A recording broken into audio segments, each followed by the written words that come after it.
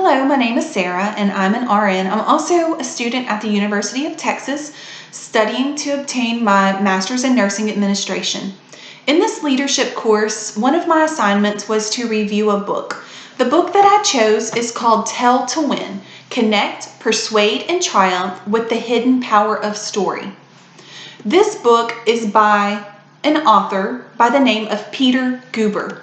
So Peter Guber is not someone that I actually knew at first glance. This is actually a snippet from his website. He has a very interactive, very nice website that shows all of his different ventures, accolades, books that he's either written or been a part of, reviews, articles, journals, etc. And if you have the time, you should probably look at that. There's a link in the resources, which is the last slide.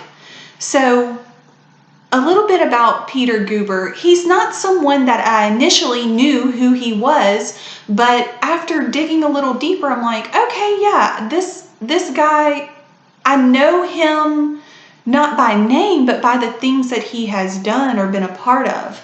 So here's a little bit about Guber. He, for 3 decades, has taught theater, film, and television at UCLA, and then later on in his career, he actually transitioned to business.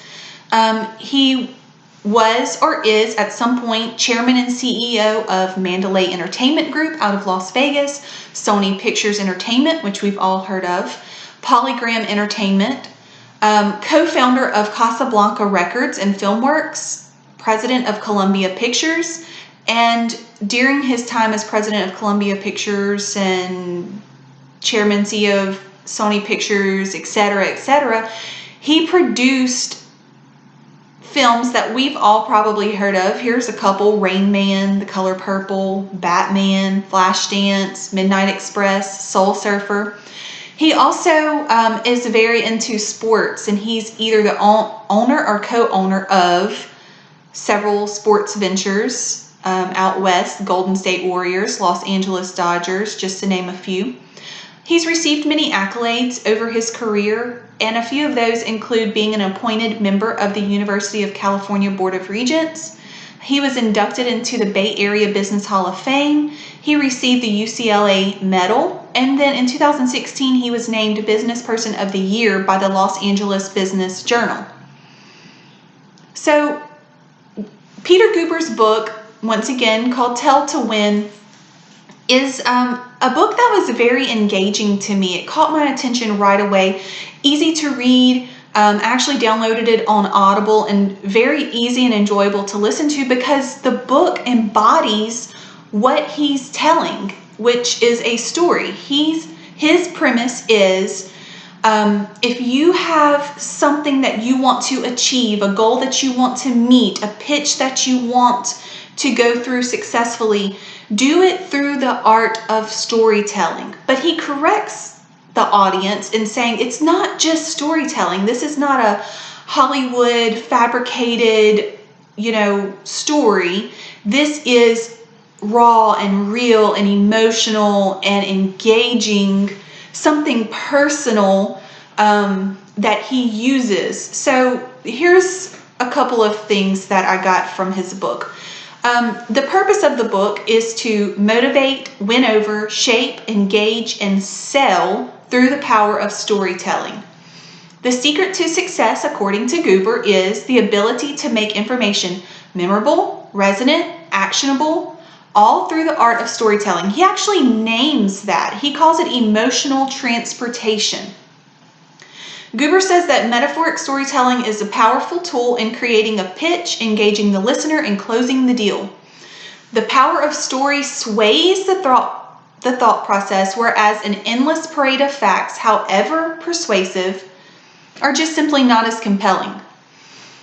Guber lays out the principles of storytelling and provides an endless supply of stories within his book, and those stories are both from himself and his high-powered friends that he mentions throughout the entire book. So one of the things that I really like that he said is, he's not saying get rid of the data altogether. basically, he wrote his book from his own experiences. He said, look, I've been this route. I've tried to present numbers and facts and figures to all of these very influential people that I thought, hey, look, I had every chart, graph, number, figure, everything that you could want. But at the end of the day, the way he explains it is that was all up here. Okay? And he calls that a flop. He said this, thinking with your head only, using your head, that's a flop. He said, but your successes come from your heart. Okay? And one example that he gives is, he says, all right, think back.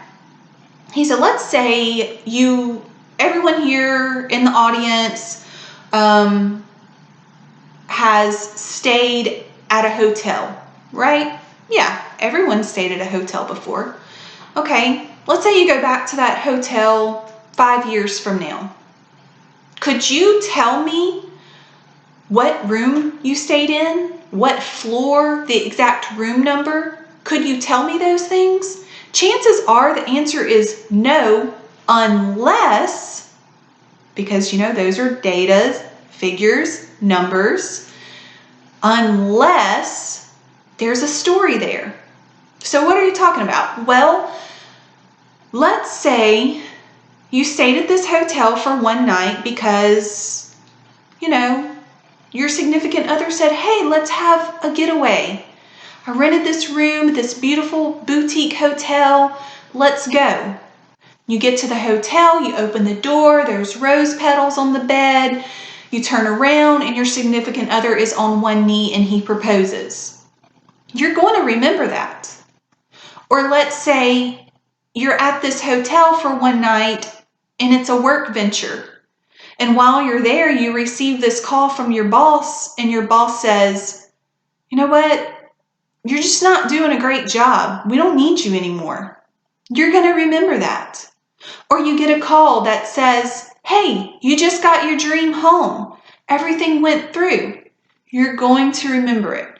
So data is important, but it's important to intertwine that data into a story. So who is this book for? Well, at first glance, I thought, this book is for those professionals that are geared towards business, sales. But after taking a second look, really, this book is applicable to anyone who wants to convince someone of your point of view, any professional who wants to move their colleagues forward, or really just anyone who wants to make strides in their own personal life.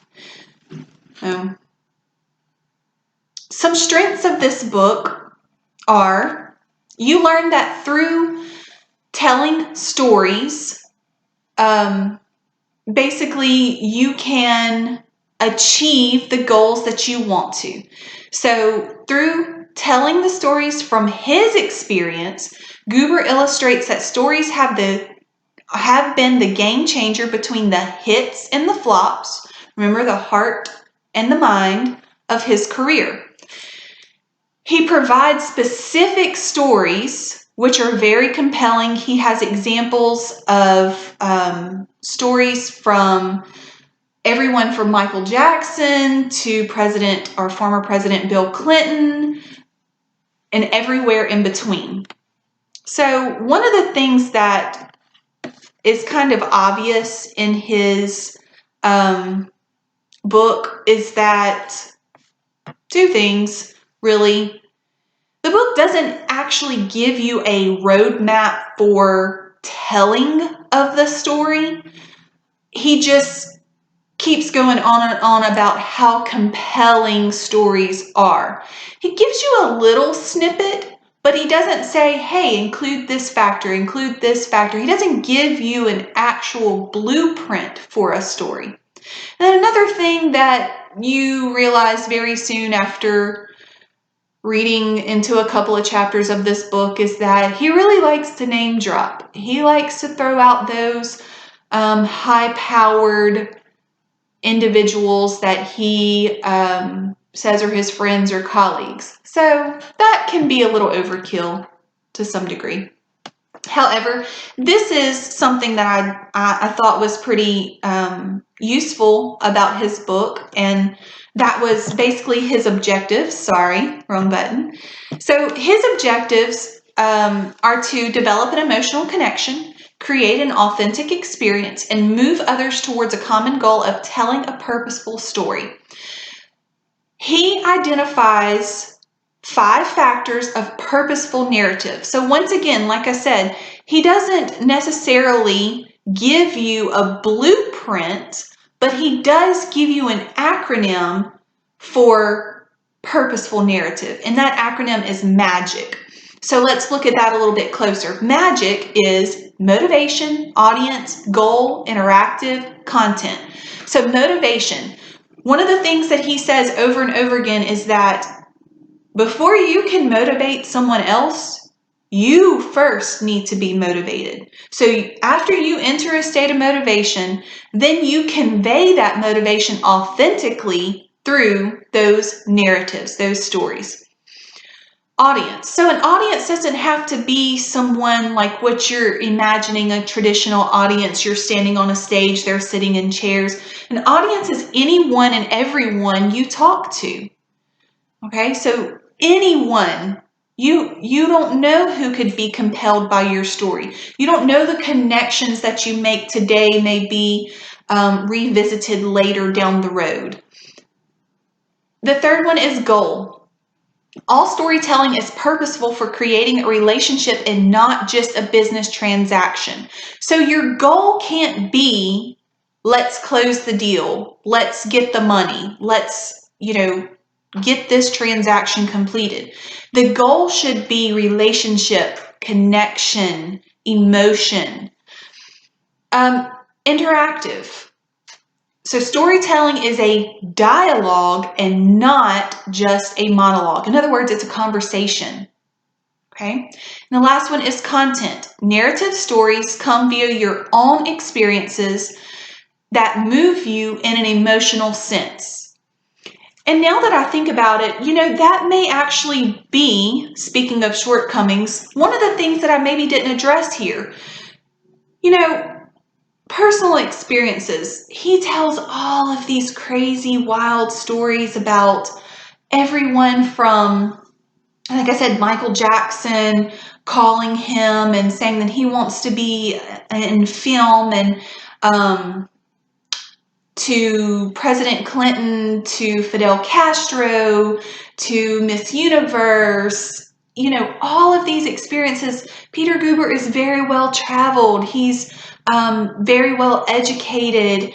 He's been there, done that. He's met all of these famous actors and actresses. So it got me questioning, like, what about my stories? Are they as intriguing as his?